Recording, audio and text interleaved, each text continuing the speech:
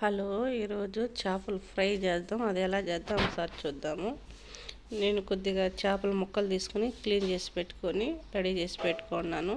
పచ్చడి చేపల ఫ్రై అది ఎలా చేద్దాం ఒకసారి చూద్దాము. చేపల ఫ్రైలోకి ఏమేమి కావాలో ఒకసారి చూద్దాం. చేపలు బాగా క్లీన్ చేసుకొని రెడీ చేసి పెట్టుకున్నాను. పసుపు, మిరప్పొడి, ధనియాల పొడి నుంచి మిరియాల పొడి, ఇవన్నీ నిమ్మకాయ ఇవన్నీ వేసుకున్నాము. అల్లం తెల్లగడ్డ పేస్టు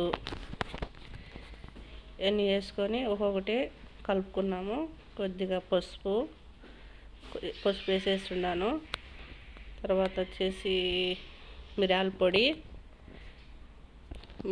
కొద్దిగా వేసుకున్నా. కొద్దిగా వచ్చేసి మిరప్పొడి. నేను వాయిస్ ఓవర్ ఇస్తున్నాను కాబట్టి కొంచెం చూస్తా మాట్లాడుతున్నాను. కొద్దిగా మిరప్పొడి, పసుపు పొడి, మిరియాల పొడి, మిరప్పొడి, తర్వాత వచ్చేసి ధనియాల పొడి అందాజుగా వేస్తున్నాను. ఇంత అని స్పూన్తో లేకుండా ఇవన్నీ రెడీ చేసి పెట్టుకొని పొద్దున్నే పచ్చడి చేసేసినాను. సాయంత్రం వచ్చేసి చేపలు ఎంచుకుందాంలే అని మసాలా పట్టేసి రెడీ చేసి పెట్టుకుంటున్నాను. అల్లం తెల్లగడ్డ పేస్టు, నిమ్మకాయ, ఒక అర్ధ నిమ్మకాయ పిండేస్తున్నాను. దీనికి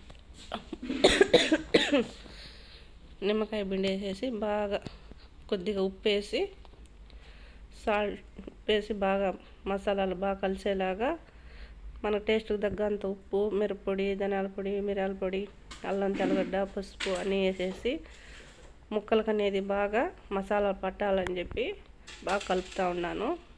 ఇలా కలిపేసుకున్నాక ఫ్రిడ్జ్లో పెట్టేసినాను.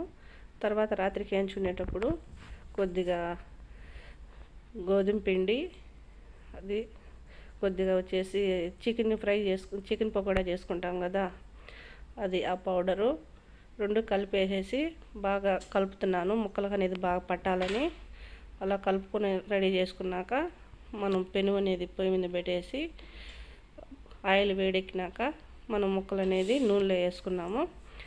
ఇలా ఒక్కొక్క ముక్కే పెనుగు చిన్నది కాబట్టి ఎక్కువ పట్టవు. 4 ముక్కలు పడేట్టుగా బాగా ఫ్రీగా అనేది ఉండాలి. కలబెట్టుకోవడానికి, కలదిప్పుకోవడానికి కిందికి పైకి బాగా కాలాలి కాబట్టి ఒక్కొక్క ముక్క నిదానంగా వేసేసుకొని మూత అనేది పెట్టుకోవాలి.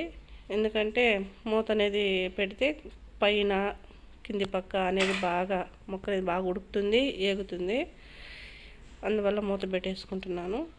మూత పెట్టిన తర్వాత కొద్దిసేపటికి మళ్ళీ చూసుకొని మెల్లగా ముక్క అనేది ఇరిగిపోకుండా మళ్ళీ తిరగదిప్పుకోవాలి. ఇలా తిరగదిప్పేసుకున్నాక మళ్ళీ కొద్దిసేపు కాలనిచ్చేసి తిరగతిప్పేసుకున్నాక బాగా కాలనివ్వాలి. నా ఛానల్ ఎవరైనా ఫస్ట్ టైం చూస్తున్న వాళ్ళు లైక్ చేయండి అండ్ షేర్ చేయండి, సబ్స్క్రైబర్ చేయండి ఫ్రెండ్స్. ఇలా అయిపోయినాయి చూడండి. పచ్చిమిరకాయలు వేయించి పెట్టుకున్నాను, ఉల్లిపాయలు తరిగి పెట్టుకున్నాను, చేప ముక్కలు వేగిపోయినాయి. ఇలా రెడీ చేసుకొని వేడి వేడి అన్నంలో